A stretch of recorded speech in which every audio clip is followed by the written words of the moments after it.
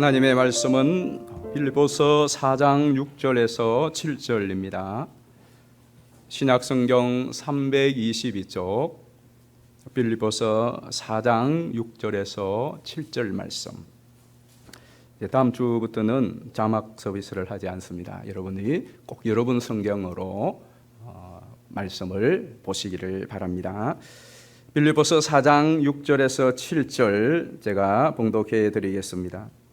아무것도 염려하지 말고 다만 모든 일에 기도와 간구로 너희 구할 것을 감사함으로 하나님께 아뢰라. 그리하면 모든 지각에 뛰어난 하나님의 평강이 그리스도 예수 안에서 너희 마음과 생각을 지키시리라. 아멘. 할렐루야. 오늘 또 7월 첫 주일, 또 맥주 감사주일 3부 예배에 참여하신 우리 성도님들 모두 정말 잘 오셨습니다. 여러분 모두에게 이후에 더욱더 하나님의 평강과 또 공급하심과 복 주시는 은혜가 가득하기를 예수님의 이름으로 축원합니다. 오늘 첫째 주일이니까 또 우리 주제 한번 해보도록 하십시다. 같이 한번 읽습니다. 시작. 예수님의 신실한 제자가 되자. 실천사항이죠. 세 가지입니다. 주목하고 모방하고 반복하라. 여러분 꼭 그렇게 하시기를 바라요. 왜냐하면 이것이 우리를 향하신 하나님의 목적이요, 또 하나님의 기쁨이요, 또 우리에게도 큰 유익입니다. 에베소서에 있는 말씀을 오늘 좀 보겠습니다. 에베소서 4장 11절에 보시면 그가 어떤 사람은 사도로, 어떤 사람은 선지자로, 어떤 사람은 복음 전하는 자로, 어떤 사람은 목사와 교사로 삼으셨으니 이는 성도를 온전하게 하여 봉사의 일을 하게 하며 그리스도의 몸을 세우려 하심이라. 그러므로 우리가 다 하나님의 아들을 믿는 것과 아는 일에 하나가 되어 온전한 사람을 이루어 그리스도의 장성한 분량이 충만한 데까지 이르리니 이는 우리가 이제부터 어린아이가 되지 아니하여 사람의 속임수와 간사한 유혹에 빠져 온갖 교훈의 풍조에 밀려 요동하지 않게 하려 함이라. 그러므로 오직 사랑 안에서 참된 것을 하여 범사에 그에게까지 자랄지라. 그는 머리니 곧 그리스도라. 이렇게 말씀하셨어요. 그러니까 우리가 이렇게 이 땅에 예수를 믿고 교육과 훈련을 받고 섬기고 하는 이 모든 일련의 신앙의 행위가 어디로 귀결되느냐? 예수님의 모습으로 자라가는, 즉 예수님의 신실한 제자로 되는데 목적이 있단 말이죠. 그래서 여러분들이 예배에 오실 때 또 신앙생활을 하실 때마다 자주 점검하셔야 되는 것이 내가 지금 성장하고 있는가, 예수님을 조금씩 닮아가고 있는가, 여기에 모든 목적이 있어야 돼요. 학생이 공부를 할 때 선생님도 그렇고 부모도 그렇고 공부를 빡세게 시키는데 목적이 보통 두 가지가 있어요. 첫 번째 부류는 어떤 부류냐 하면 이 아이가 점수를 잘 받아서 좋은 학교에 진학을 하기 위한 목적이 있습니다. 그래서 부모님도 아이를 공부시키고 돈을 투자하고 과외를 시킬 때 어떻게 하든지 너 점수를 잘 받아야 돼. 선생님도 점수를 잘 따게 하는데 목적이 있고, 공부하는 아이도 점수를 잘 받는데 목적이 있습니다. 그래서 점수를 100점 맞고 그것이 1년, 2년 100점 맞고 드디어 이 수능에서도 좋은 점수를 받아 대학을 들어갑니다. 원하는 학교를 들어갑니다. 그게 목적입니다. 공부하는 목적. 또 반면에 두 번째 사람이 있습니다. 실력을 키우기 위해서 공부를 합니다. 진학도 하고 대학도 가는데, 그런데 더 중요한 목적은 공부를 하고 부모가 공부를 시키고 선생님이 계속해서 공부를 빡세게 시키는 이유는 실력을 기르는 것입니다. 근데 두 가지 중에 여러분, 점수를 따기 위한 사람은 학교를 갔는데 원하는 목표를 이루었는데 나중에 살아가는데 문제가 굉장히 많습니다. 여러분이 공부를 해보셔서 알지만 점수는 100점을 만점을 받았어요. 벼락치기 공부해서 맞든지 어쨌든. 근데 마치고 나면 대부분 잊어먹습니다. 뭘 했는지. 그렇게 계속 세월을 가서 수능고사 때도 쫙 좋아서 쪽집게 해서 합격선에 도달하는 점수는 받았는데 학교 들어갔는데 실력은 별로 없어요. 반면에 점수는 100점을 못 맞아서 열심히 했는데 80점밖에 안 돼.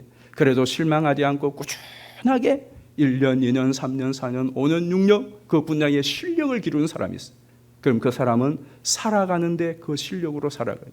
중요한 것은 우리의 목적이 실력을 키우는 것이냐, 아니면 순간순간에 그 내가 원하는 그것을 이루는 것이냐, 그것이 여러분 인생을 사실은 좌우합니다. 신앙도 마찬가지예요. 우리가 예배하고 기도하고 헌금하고 이렇게 신앙생활을 하는 것이 우리가 원하는 바 어떤 목적을 성취하기 위한 것으로 할 수 있습니다.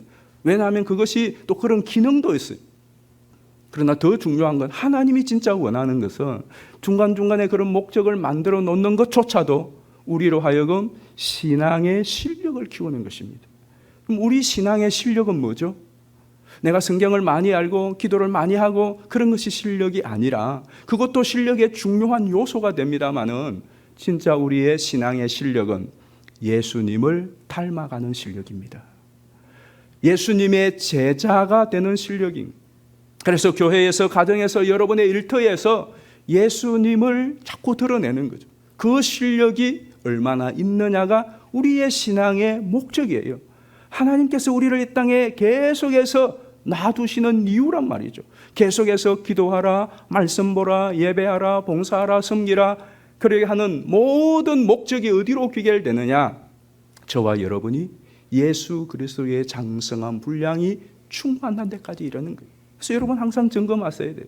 나는 지금 내가 이 일을 통하여, 이 신앙의 세월을 통하여, 이 예배를 통하여, 이 봉사를 통하여, 이 기도를 통하여, 이 교회를 통하여 내 믿음이, 내 신앙의 수준이 예수님을 닮아가는 일에, 제자가 되는 일에 좀 성장하고 있느냐, 자라가고 있느냐, 이게 관건인 것입니다. 저는 여러분 모두가 올해를 기점으로 주님 앞에 서는 그날까지 정말 한 걸음 한 걸음 예수님을 닮아가는 예수님의 신실한 제자들이 되시기를, 거기에 목적과 목표를 두고 살아가시기를 예수님의 이름으로 축원합니다. 자, 오늘 본문의 말씀은 제가 이 설교를 준비하면서 자료를 보니까 여러분에게 이미 10번을 설교를 했더라고요. 딱 10번을 했어요. 새벽기도, 금요기도에, 주일 오후 예배, 또 주일 예배. 그러니 다시 이 설교, 이 본문에 대한 해설이나 이런 거는 여러분에게 필요가 없겠고, 이 본문을 통하여서 두 가지의 중요한 메시지만 여러분에게 전하려고 합니다. 근데 이 두 가지의 메시지가 보물과 같아서 제가 하나님이 알려주신 보물이라 그랬어요. 보물이라고 하는 것은 우리에게 실질적으로 너무나 요긴하고 삶에 필요한 것입니다. 여러분의 모든 삶에 정말로 요긴하고 또 필요하고 덕이 되는 것. 알려주셨다라는 말은 그냥 준 것이 아니라 이것은 내가 취해야 될 것이기 때문에 알려주셨다고 그래요. 알려만 주셨어요. 내 것은 아직 아니에요. 알려주셨기 때문에 취하는 것은 나의 문제예요. 그리고 또 하나는 하나님께서 알려주셨다면 틀림이 없는 겁니다. 그렇습니까 여러분? 적어도 다른 분이 아니라 하나님이 알려주신 거라면 그거는 틀림없습니다. 확실한 것입니다. 그렇다면 하나님이 저와 여러분에게 알려주신 우리의 삶에, 영육의 삶에 이 정말로 소중하고 요긴한 보물, 첫 번째는 감사인 것입니다. 감사예요. 이 감사가 정말 우리의 삶에 얼마나 요긴한 보물과 같느냐. 신구약 성경은 이 감사의 중요성에 대하여서 이렇게 말합니다. 세 가지만 보면, 첫 번째는 시편에 이런 말씀이 있어요. 시편 50편 23절에 보면 감사로 제사를 드리는 자가 나를 영화롭게 한다. 자, 이 예배를 하나님이 중하게 여기십니다. 근데 이 예배가 하나님께 기쁨이 되고 영광이 되는 예배, 어떤 예배인가? 가장 베이스가 감사로 드리는 것입니다. 여러분이 어떤 예배를 드리는지 일단 감사가 깔려있지 않는 예배는 하나님이 기뻐하시고 영화롭게 영광을 받으시지 않는 것. 이를테면 지금 여러분이 예배를 드리는데 의무감에서, 책임감에서 예배를 드린다고 해보십시다. 아무리 찬송도 잘하고 기도도 잘하고 저는 설교도 잘하고 여러분이 예배를 잘 드리는데 그렇게 예배 드리는 속내에 책임감 때문에, 의무감 때문에 드린다면 하나님이 그 예배가 영광이 되고 기쁨이 되겠습니까? 또 이런 경우가 있겠죠. 내 뭔가의 목적과 욕심을 위하여서 예배를 그렇게 잘 드릴 수 있습니다. 이 예배를 드리면서 내가 이렇게 예배를 드림으로 내가 뭔가 얻고자 하는 그 욕심, 그 계산을 가지고 예배를 드린다면 하나님의 입장에서 그 예배가 하나님께 기쁨과 영광이 되겠습니까? 그러나 비록 우리가 좀 서툴더라도, 우리가 다른 무엇보다도 의무감도 책임감도 그리고 또 내가 원하는 여러 가지도 가미가 되어 있겠지만, 그러나 중심이 하나님께 감사함으로 예배를 드린다면 그것이 하나님의 기쁨이요 영광이 된다는 것입니다. 오늘 여러분들이 이 우정에도, 이 코로나 상황에도 마스크를 착용하고 불편하지만, 그러나 이 예배에 들어올 때 하나님 오늘도 예배 드릴 수 있어 감사합니다, 그것이 기본으로 될 때 하나님은 그 예배가 기쁨이 되고 영광이 된다는 겁니다. 또 하나는 오늘 우리가 읽은 빌립보서 4장 6절입니다. 한번 보실까요? 감사함으로 하나님께 아뢰라 그랬어요. 우리가 기도 얼마나 중요합니까? 하나님은 이 기도를 또 기뻐하시고 기도에 응답하시는 것을 자랑스럽게 여기시는 분이 하나님이세요. 마치 자식에게 부모가 줄 것이 있다면 바리바리 싸서 주는 것이 부모의 기쁨인 것처럼, 자식들에게 하나님께서 기도하는 것에, 자식이 부족하다는 것에, 자식이 구하는 것에 거기에 채워주는 것을 기쁨으로 여기시는 분이 아버지 하나님이란 말이죠. 그런데 하나님은 우리에게 어떻게 기도하라고 하느냐? 많은 기도의 방법이 있는데 하나님이 모든 기도에 요구하시는 것이 어떻게 해요? 감사함으로 기도하라. 불평하고 원망하면서 기도하는 것이 아니라 불평하고 원망할 상황을 기도하면서도 감사함으로 기도할 때 하나님께서 그것을 기뻐하시고 응답하시는 거예요. 기도에도 감사가 가미되어져야 된다는 말씀입니다. 또 하나 더 큰 것이 있죠. 데살로니가전서 5장 18절, 범사에 감사하라, 이것이 그리스도 예수 안에서 너희를 향하신 하나님의 뜻이니라. 하나님이 제일 중하게 여기시고 우리에게 말씀하신 예배와 기도도 감사가 가미되어야 하지만, 그러나 나아가서 하나님은 우리의 모든 삶의 영역, 그것이 슬픈 일이든 좋은 일이든 굳은 일이든 걱정된 일, 모든 일에 대하여 뭐 하라고요? 감사를 가미하라는 것입니다. 왜? 이것이 하나님의 뜻이라는 것입니다. 그러니 여러분, 이 감사는 우리의 모든 삶의 영역에 빠져서는 안 될 부분이에요. 근데 왜 그렇게 하라고 말씀하실까요? 왜 하나님께서는 우리에게 감사를 원하시나? 그건 하나님께도 기쁨이 되지만 우리 자신에게도 유익이 돼요. 우리 디모데서에 있는 말씀 보실까요? 이 말씀은 우리 같이 한번 큰 소리로 읽겠습니다. 시작. 하나님께서 지으신 모든 것이 선함에 감사함으로 받으면 버릴 것이 없나니. 다시 한 번 더. 하나님께서 지으신 모든 것이 선함에 감사함으로 받으면 버릴 것이 없나니. 아멘. 여러분, 말씀을 읽고 받을 때는 항상 아멘 하시기 바랍니다. 왜냐하면 그것이 여러분에게 실제가 돼요. 좋습니다. 자, 하나님이 지으신 모든 것, 이건 창조하셨다는 의미만이 아니라 하나님께로부터 또 하나님이 관여하시는 모든 것입니다. 그것이 선하다는 것은 지금 선하다라는 것보다 지금은 선하지 않고 나쁘고 고난이요 고생이요 힘들고 왜 이런 일이 닥쳤는지 일지라도 원래의 이것의 의도는 선하다라는 것입니다. 그렇기 때문에 우리가 어떻게 하라고요? 이것을 불평과 원만으로 받을 것이 아니라 감사함으로 받으라는 겁니다. 그러면 버릴 것이 없다는 말은 네게 유익하다는 것입니다. 이게 참 힘든 이야기입니다. 자, 보십시오. 좋은 일은, 내게 덕이 되는 일은 덥석 받습니다. 그러나 이것을 보니까 이게 내게 필요 없는 것 같고 힘들 것 같고 고생길인 것 같은데 이것이 하나님께로 왔고 이것이 하나님이 우리에게 걸어가라 하신 것이라면 그것을 감사합니다 하고 받으라는 겁니다. 그러면 하나님께서 그 감사가 헛되지 않도록 해 주시겠다는 것입니다. 그렇다면 여러분 한번 생각해 보십시오. 어떤 일이든지 우리에게 주어졌다고 할 때에, 또 우리 앞에 상황이 놓인다고 할 때에, 미래의 일이든 현재의 일이든 그 모든 것에 감사를 투입한다면 그것은 놀라운 축복을 우리에게 안겨다 주는 것이 된다는 것입니다. 이것이 성경이 우리에게 가르치는 중요한 감사의 원리예요. 그런데 이 감사는 보물 중에서도 보물인 것입니다. 마치 약방의 감초처럼 음식의 조미료처럼 어떠한 나물이 있더라도 거기에 양념을 하기만 하면은 그 모든 나물이 맛있는 음식으로 되는 것처럼 여러분의 삶에 어떠한 요소가 있더라도 거기에 감사를 더하면 그 감사로 인하여서 만나는 음식이 되는 것처럼 내게 큰 유익이 되고 기쁨이 되고 복이 되도록 하나님이 해 주시겠다는 겁니다.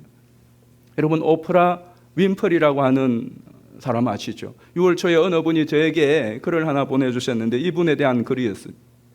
이 오프라 윈프라는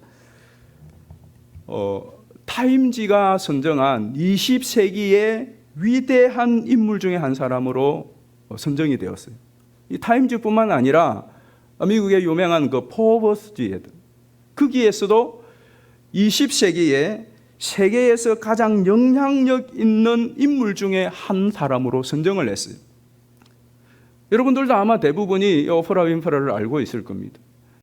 이 오프라가 20세기에 세계에서 가장 영향력 있는 인물 중에 하나. 그걸 실제로 굉장히 물질적으로도 거부요 많은 일들을 했습니다. 그리고 세계의 위인 중에 한 사람으로 선정이 되었는데, 근데 이 오프라 윈프라는 실제로는 아주 가난한 흑인 빈민가에서 태어났습니다. 사생아로 태어났어요. 그리고는 그냥 어머니도 버렸습니다. 할머니 집에 이렇게 자라다가 9살 때에 사촌 오빠로부터 강간을 당합니다. 9살짜리. 그리고 14살 때에 그 이후에도 엄마의 남자친구 그리고 그 동네의 아저씨들로부터 성폭행을 당해요. 그리고 14살이 되는 나이에는 임신을 하게 됩니다. 그래서 그 아이를 낳았는데 2주 만에 아이가 또 죽게 되어집니다. 그 충격 때문에 마약을 하게 됩니다. 어린 시절과 청소년 시절을 너무나 불행하게 지내요. 그리고 이제 마약을 하게 되었는데 이 여인은 폐인으로 끝나야 돼요. 그런데 놀라운 반전이 일어납니다. 오늘의 오프라 윈프라가 그 힘들고 불행한 어린아이와 청소년 시절을 지내면서 오늘의 오프라 윈프라가 된 것이 무엇이었느냐, 그 글에 보니까 또 그건 오프라 윈프라의 또 자기의 그 고백이기도 해요.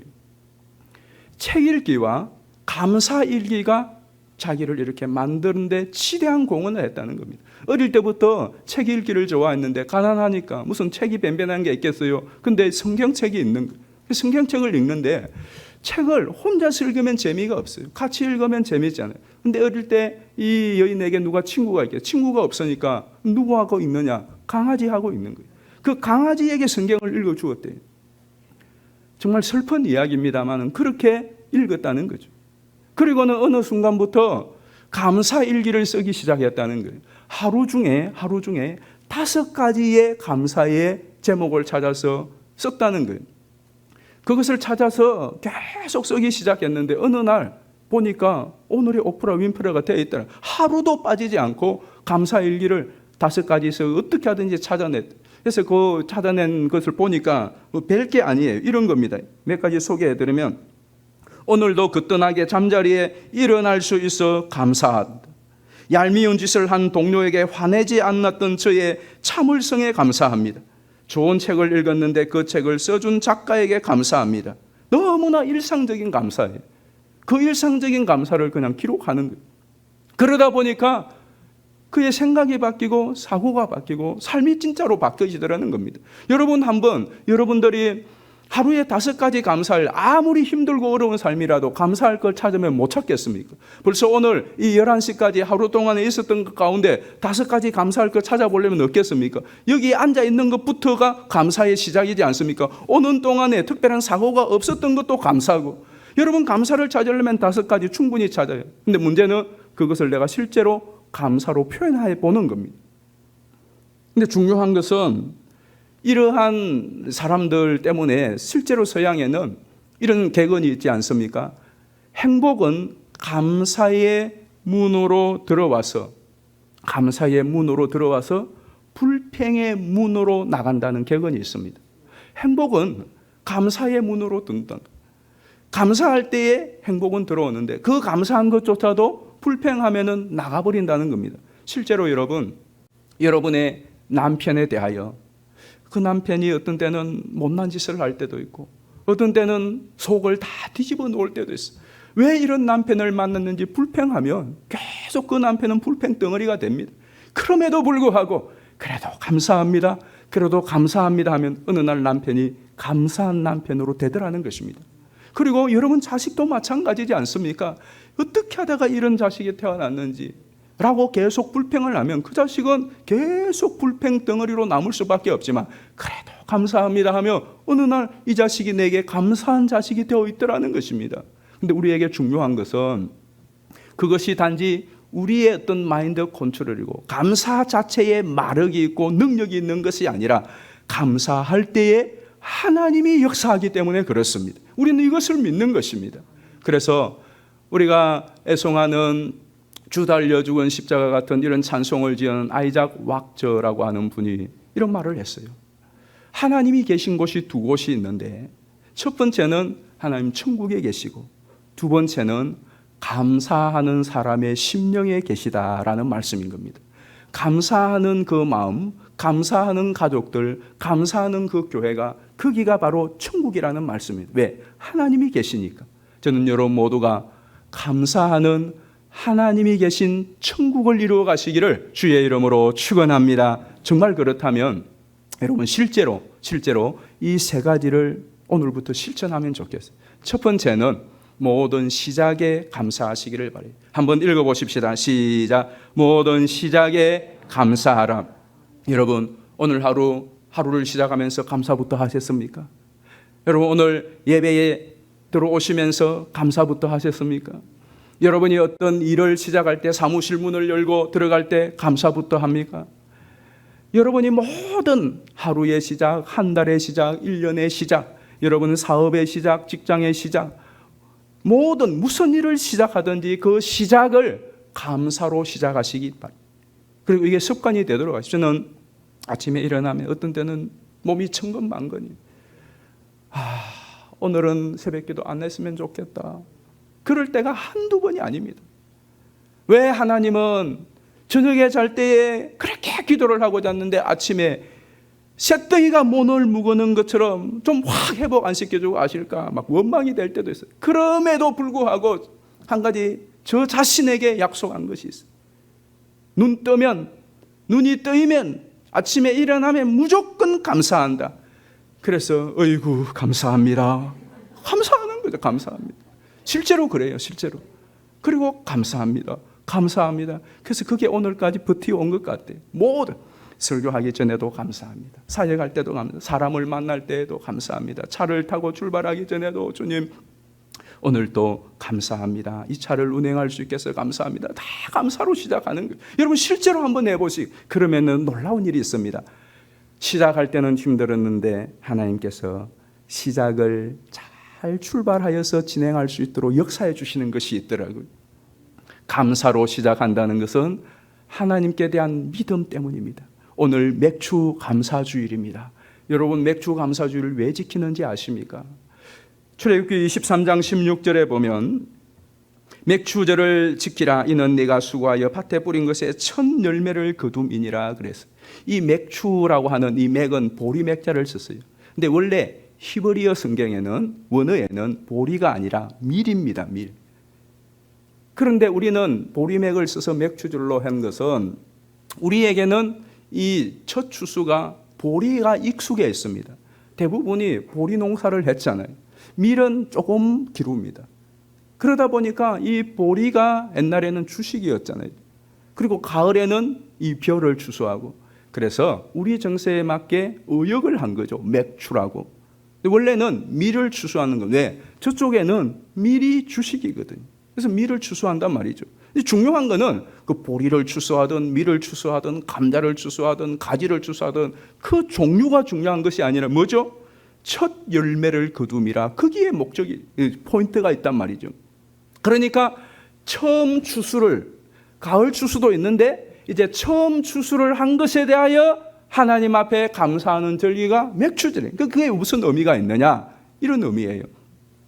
이것이 하나님께로부터 시작되었습니다 라는 것에 대한 감사예요. 또 하나, 처음 추수를 했다는 것은 정말 감격이 있고, 뭐든지 첫 것은 감격이 있잖아요. 첫 월거, 첫 직장, 첫 사업, 처음. 왜? 씨앗을 뿌렸는데 이게 날까 안 날까 정말 궁금합니다. 여러분, 뭔가 일을 시작하려고 하는데 이게 성공할까 성공하지 못할까가 이게 참 마음초리죠. 그런데 첫 열매, 첫 수확, 첫 것을 거두었다는 것은 너무 감사한 거죠. 정말 됐단 말이죠. 이제 됐구나 하는 것에 대한 감사가 있는 것이고, 그걸 하나님이 해주셨다는 것이죠. 또 하나의 의미가 뭐냐면, 처음 열매가 맺었으니까 그 다음에 어떻게 되죠? 그 다음에는 열매가 당연히 맺힐 것을 기대하는 거예요. 처음 열매를 보면 다음에 또 열매 맺히겠구나, 그 기대가 있고 믿음이 있습니다. 그래서 이 맥주들은 하나님께서 여기까지 인도하신 것에 대한 감사와 더불어 여기까지 인도하신 하나님이 이후로 인도하실 것을 믿는 믿음에 대한 고백이 녹아져 있는 것이 맥주 감사절이에요. 우리 농사하지 않습니다. 그렇기 때문에 맥주 감사절 무슨 의미가 있느냐? 그게 아니고, 이 2021년도 1월부터 6월 말까지 전반기를 하나님 여기까지 인도하신 그 하나님께 감사함과 동시에, 그러므로 하나님이 7월부터 남은 후반기도 우리는 무슨 일을 만날는지 알 수 없지만 하나님이 인도하신 것처럼 인도하실 것을 믿는 그 믿음이 이 맥주 감사에 녹아져 있습니다. 그 의미가 있어서 우리가 이 절기를 지킨다는 말씀이죠. 이와 같이 여러분들이 여러분의 모든 시작에 하나님 앞에 감사로 시작하시기를 주의 이름으로 축원합니다. 두 번째는 한번 같이 자막을 보실까요? 읽어봅니다. 시작. 어려울 때 감사하라. 아멘. 우리가 이를 참 좋게 시작을 했습니다. 잘 진척이 되옵니다. 그러나 가다가 보면 덜커덩 어려움을 만날 때가 한두 번이 아닙니다. 망가질 때가 많을 거예요. 일이 망쳐질 때도 있습니다. 그때에는 또 불평이 나오고 원망이 나오기 쉽습니다. 하나님은 우리에게 범사에 감사하라고 했는데, 잘 될 때, 좋을 때, 잘 풀릴 때야 누구나 감사하죠. 그거 어려운 일 아닙니다. 그런데 문제는 일을 하다가 보니까, 진행하다가 보니까, 하루를 살다가 보니까 뜻하지 않게 뜻밖의 고난과 시련과 어려움이 들컹 닥칩니다. 그때에 감사하라는 겁니다. 그때에 감사하라는 겁니다. 왜 그렇습니까? 하나님께서 이 모든 가정에 개입하고 계시다면, 모든 것이 선하심에 내가 감사함으로 받으면 버릴 것이 없게 된다 하는 이 믿음이 작동되는 겁니다. 그래서 출발할 때에, 시작할 때에 감사했다면 중간에 어떤 어려움이 있더라도 감사를 놓치지 마시고 그때가 더 감사할 때인 줄 믿으시기를 바랍니다. 그것이 믿음이에요. 그것이 믿음인 겁니다. 그리고 마지막으로 세 번째로는 한번 같이 읽어보겠습니다. 시작. 모든 끝에 감사하라. 제가 예배를 다 마치고 광고를 하기 전에 감사합니다 합니다. 예배를 마쳐서 감사하는 거예요. 여러분, 하루의 일과를 마칠 때에 감사하고 마치는 겁니다. 회사의 문을 닫을 때에 감사하는 겁니다. 어떤 업무를 마감할 때에 감사합니다. 여행을 하고 마쳤을 때에 감사합니다. 이 감사도 역시 똑같은 믿음이 포함되어져 있는 겁니다. 여러분, 감사로 마감하는 자가 나중에는 여러분의 마지막 인생도 감사로 마감할 수 있게 되어집니다. 이거 기억하십시오. 오늘 하루를 살았는데 오늘 하루 완전히 망쳤어. 저녁에 잘 때는 분해 죽겠어. 그래도 주님 감사합니다 하고 하루를 마감하시라 이 말입니다. 왜냐하면 여러분, 그 하루가 끝이 아닙니다. 여러분이 벌인 일이 중간에 가다가 덜커덩 고장나고, 그래서 이 일 이번에는 완전히 손해보고 이 일 정말로 안 했으면 싶은 일로 마감이 되었다 할지라도 그래도 감사하시기를 바랍니다. 왜냐하면 여러분, 그 사업이, 그 일이 끝이 아닙니다. 하나님의 새로운 전환의 역사가 있다는 거 잊지 마시기를 바랍니다. 그래서 여러분이 하루하루를 한 사건을 그 일이 어떻게 마무리되고 어떻게 끝난다 할지라도 감사로 마무리하고 감사로 끝내는 그 사람은 결국은 내 인생의 마지막 날을 진짜로 감사로 마무리할게 해주시는 분이 하나님이십니다. 그러므로 여러분의 일의 모든 시작에 또 중간에 어려움을 당해도 그리고 모든 일을 여러분의 삶을 마감하는 그 시간마다 감사를 놓치지 마시기를 주의 이름으로 축원합니다. 그리고 그런 감사라면 어떻게 해야 될까요? 요 세 가지를 기억하시기를 바랍니다. 한번 빨간 글씨 읽어보겠습니다. 시작. 힘써 많이 자주 하라. 아멘이십니까? 왜? 좋은 것이니까. 하나님이 그렇게 기뻐하시는 것이고 하나님이 이것을 축복의 통로로 쓴다며 여러분 실제로 힘써 많이 자주 하십시오. 여러분의 감사 생활은 어떻습니까? 이제 여러분의 감사 생활을 한번 점검해 보십시오. 감사가 그런 것이라면서요. 그렇다면 여러분은 정말로 힘써 감사를 하십니까? 의지적으로 그리고 감사를 많이 하시고 자주 하십니까? 입술로만이 아니라 물질로서 몸으로서 여러분이 하나님 앞에 하는 감사의 분량은 어떠합니까? 감사가 정말로 하나님을 영화롭게 하고 하나님이 우리를 모든 악을 선으로 바꾸시고 모든 것을 이롭게 하시는 하나님의 그 축복이요 보물과 같은 것이 여러분이 맞다고 생각한다면 어떻게 해야 되겠습니까? 힘써서 많이 자주 하시기를 주의 이름으로 축원합니다. 두 번째 보물은 기도입니다. 도표를 하나 보실까요? 이 도표를 보시면 우리 OECD국 주요국의 기대 수명과 또 스스로 건강하다고 여기는 비율이 나와 있는데 이걸 이제 정리해서 다음 화면을 보시면 우리나라 사람들은 자기가 건강하다고, 이건 자가 진단이에요. 병원에서 진단. 자가 스스로 생각하는 것이 32%입니다. 근데 OECD국 평균은 67%예요. 그럼 우리나라는 OECD국 평균의 절반에 정도 미치는, 절반에도 못 미치는 그러한 우리가 건강하다 하는 생각을 갖고 있는 거예요. 꼴찌 수준입니다. 그런데 실제는 그 옆에 있는 것은 2017-8년 기준인데 지금도 별 변화가 없어요. 기대 수명이 82세예요. 82세.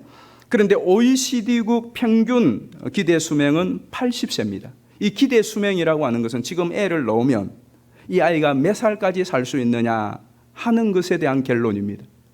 자, 그러면 기대 수명이 우리나라는 OECD국 평균보다 높습니다.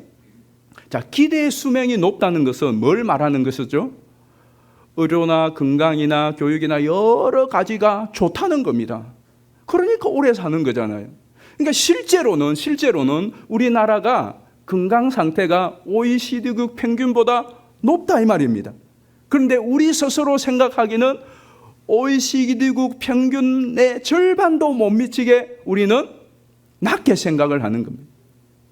그래서 이게 결론이 어떻게 나느냐 하면 이런 게, 우리나라 사람들은 다른 나라 사람들에 비해서 건강 염려증이 과도하게 많다라는 것입니다.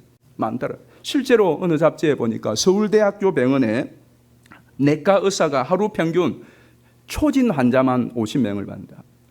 기존 환자 말고 초진 환자를 50명을 받는데 그 가운데 적게는 10명, 많게는 30명의 환자는 전혀 치료받을 질병이 없는데 찾아온다는 것입니다.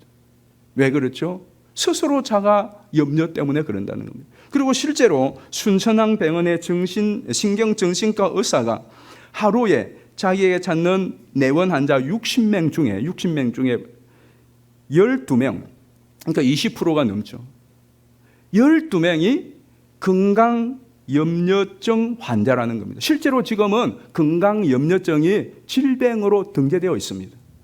그러니까 신경정신과에 오는 20%가, 순천향병원은 유명한 그 신경정신과 병원이지 않습니까? 20%가 건강염려증 때문에 찾아오는 환자라는 겁니다. 우리 이 염려가, 근데 문제는 건강만입니까? 건강만 여러분이 걱정하고 염려합니까? 아니죠. 우리의 모든 삶의 영역에 이 염려증이 아주 큽니다. 특별히 우리가 그렇단 말입니다. 자녀에 대하여, 자신의 미래에 대하여, 진로에 대하여, 하여튼 이 코로나 때문에 더욱더 우리는 지나치게 염려를 많이 하는 성향이 사실은 있습니다. 실제로 어느 분이 염려를 분석해 보니까 40%는 미래에 일어날까 말까 하는 일에 대한 염려, 30%는 돌이킬 수 없는 과거 일에 대한 염려, 12%는 질병에 걸릴까 봐 하는 염려, 10%는 자녀와 친구들에 대한 염려, 8%는 현실에 대한 염려. 그러니까 52%는 미래에 일어날 수도 있고 안 일어날 수도 있는 것에 대한 염려라는 겁니다. 쉽게 말하면 괜한 염려를 하고 있는 겁니다. 물론 그런 일이 일어날 수도 있겠죠. 현실의 염려는 8%밖에 되지 않는다는 거예요. 근데 여러분, 그래서 미래의 괜한 염려는 접어버린다면 우리가 염려에서 자유하고 해방할 수 있을까요? 아닙니다. 그 8%가 100%가 되어버립니다. 우리는 미래에 대한 불필요한 염려를 접는다 해도 이 염려의 문제를 떨칠 수가 없죠. 지금 당장 오늘 이 예배 마치고 또 내일부터 살아가야 될 쓸데없는 염려가 아니라 현실적인 문제가 우리 앞에 득하니 놓여 있습니다. 왜 그렇죠? 우리의 힘이 부족하고 지혜가 부족하고 돈도 없고 능력도 부족하고 몸도 약해지고 환경은 척박하고 이 모든 것을 감당할 능력이 우리에게 없으니 염려하는 건 당연한 일이고 피할 수 없는 운명입니다. 그래서 시편 기자도 우리 인생을 정의하기를 수고와 슬픔이 가득하다라고 말합니다.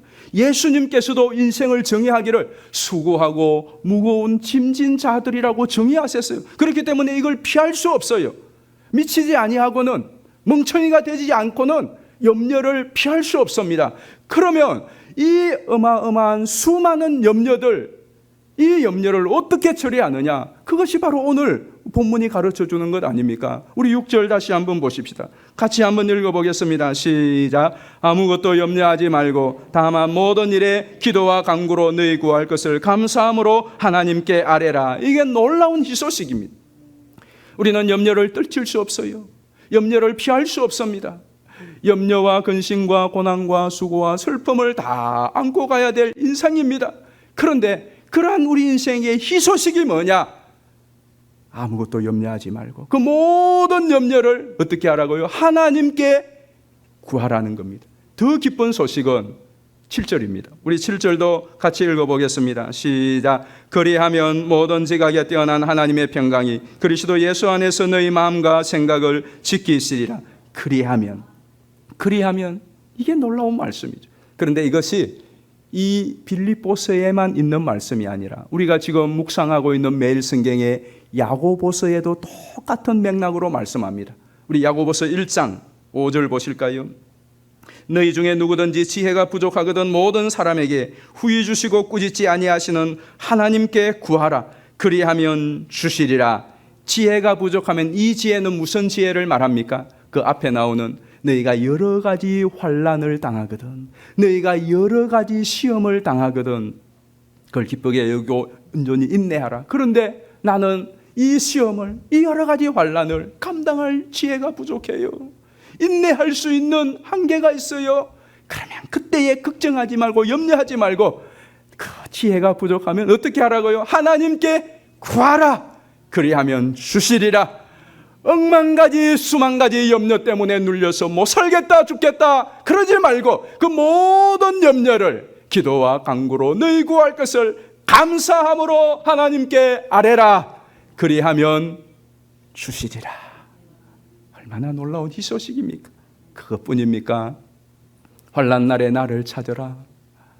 고난당하가 있는 자나 너는 기도할 것이요, 병든 자가 있느냐 저는 기도할 것이요, 너는 내게 부르짖으라 내가 네게 응답하였고 네가 알지 못하는 크고 비밀한 일을 내게 보이리라. 여러분, 이 말씀을 정말로 믿는다면 기도하시기를 바랍니다.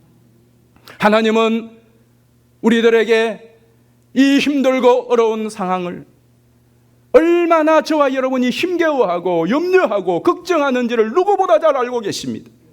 우리 부모님보다, 내 친구보다, 심지어는 내 자신보다도 내가 얼마나 힘들고 얼마나 어려워하고 앞으로 닥쳐올 살아가야 될 일에 대하여 걱정하는지를 누구보다도 잘 알고 계시는 분이 하나님이세요.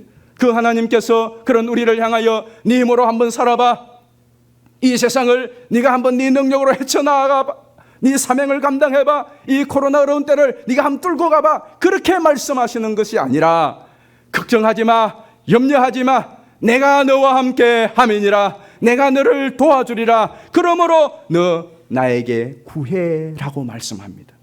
나에게 아뢰라고 말씀을 합니다. 그렇다면 여러분, 오늘 여러분의 기도도 감사와 똑같이 하십시오. 모든 시작을 기도로 시작하시기를 바랍니다. 그리고 어려운 때에 더욱 기도하시기를 바랍니다. 그리고 모든 일을 마감할 때에 기도로 마감하십시오. 오늘 이 마감이, 이 일의 이 마침이 끝이 아닙니다. 기도할 때 하나님이 여러분에게 놀라운 전환이 일어나게 해 주시는 것입니다. 여러분, 다시 감사와 기도를 회복하게 되시기를 주의 이름으로 축복합니다. 여러분, 기도할 마음은 있는데 기도가 안 됐던 분들도 많이 계시죠. 늘 기도하라고 하면, 저도 마찬가지입니다. 기도해야 되는데, 더 기도해야 되는데 늘 그 생각 갖고 있습니다. 근데 못했어요. 근데 여러분 기억하십시오. 내가 기도해야 되는데 하는 것은 그냥 내 생각이 아니고 하나님이 내게 보내시는 사인인 것입니다. 야구 경기 아시죠? 주자가 나가면 감독이 한번 상황을 반전해야 될 때는 그 주자에게 사인을 주는데 도루 사인을 줄 때가 있습니다. 이 도루의 실패와 성공에 놀라운 역전이 일어납니다. 그런데 감독이 도루 사인이 나면 주자는 그 사인이 오면 무조건 뛰면 됩니다. 무조건 뛰어야 돼요. 그래서 투수가 와인드업을 하면 무조건 뛰어야 됩니다. 뭐 계산할 것도 없어요. 그러면 삽니다. 타자는 희생번트를 대주죠. 그런데 이 주자가 도루 사인이 났음을 알매도 주저주저 하고 있다거나 뛰지 않다거나 번트를 대는 것을 보고서야 뛴다든가 그러면 죽습니다. 100% 죽죠. 자기만 죽는 것이 아니라 타자도 죽이고 팀 전체가 패합니다. 생각해 보십시오. 도루 사인을 주자에게 내는 것은 주자 살리려고 내는 것입니다. 너 살아라는 겁니다. 이 사람 희생하고도 너 살아라고 도루 사인을 내었단 말이죠. 그러면 나도 살고 팀도 살아납니다. 이것이 하나님이 우리에게 주는 기도의 사인과 같아요. 그냥 뛰세요. 기도의 사인이 오면 재지 마시고 그냥 뛰세요. 그러면 책임은 하나님이 져 주시는 것입니다. 여러분, 기도 사인이 오는 것을 계속 묵살하지 마세요. 사인이 나면 뛰어야 되는구나. 내일부터 뛰는 거예요. 벌떡 일어나는 거예요. 하는 거예요. 그 다음에는 하나님이 책임주세요. 우리 인생의 가장 큰 축복이 무엇입니까? 가장 수지 맞는 사람이 어떤 사람입니까?